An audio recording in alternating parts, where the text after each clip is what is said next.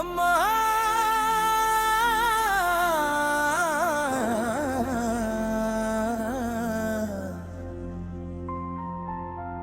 கல்லுக்குள் உயிர் கொண்டு கருணையாய் காட்சி தந்த தாயின் வரலாறை பாட வந்தோ கேளுங்கள்.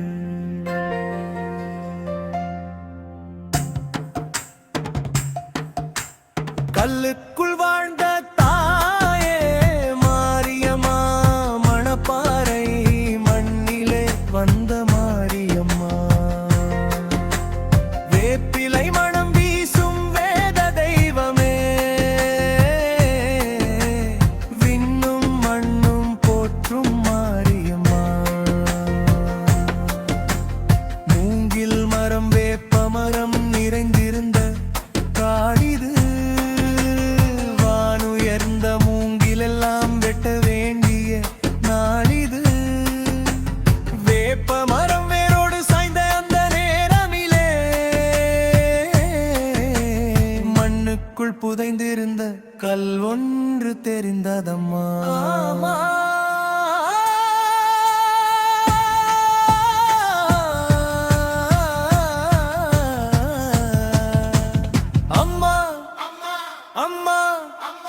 அதிர்ச்சி தந்த காட்சியம்மா,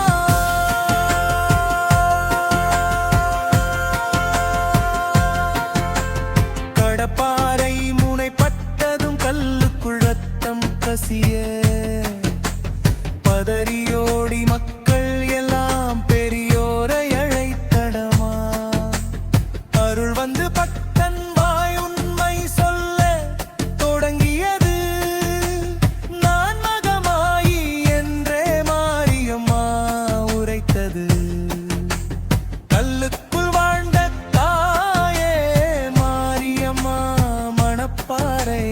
மண்ணிலே வந்த மாரியம்மா, வேப்பிலை மணம் வீசும் வேத தெய்வமே, விண்ணும் மண்ணும் போற்றும் மாரியம்மா, வேப்ப மரத்தடியில் நான் கல்லாய் குடிக்கொண்டேனே, கோவில் கட்டி வணங்கினால் காப்பே என்றாலே, கற்பகிரகத்தில் அந்த கல் புனிதமாய் வைத்தனரே, பின்பு அழகு சிலை செய்தும் கல் இன்றும் தங்குதம்மா,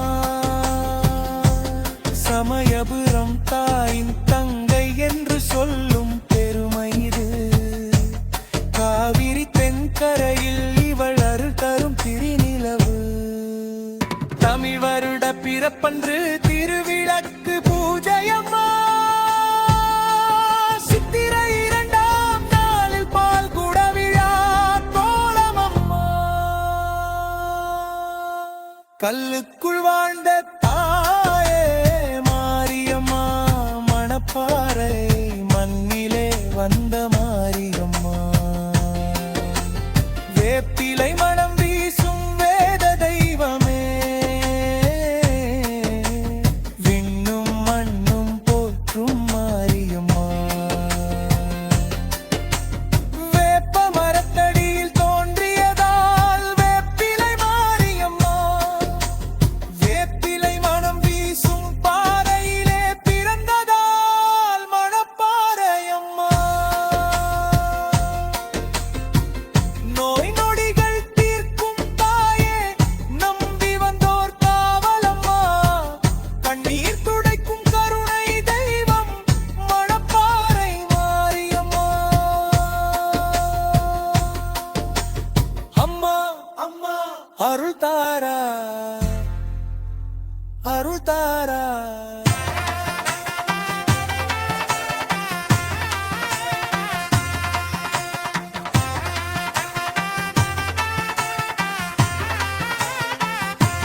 வேப்பிலை மாரியம்மா,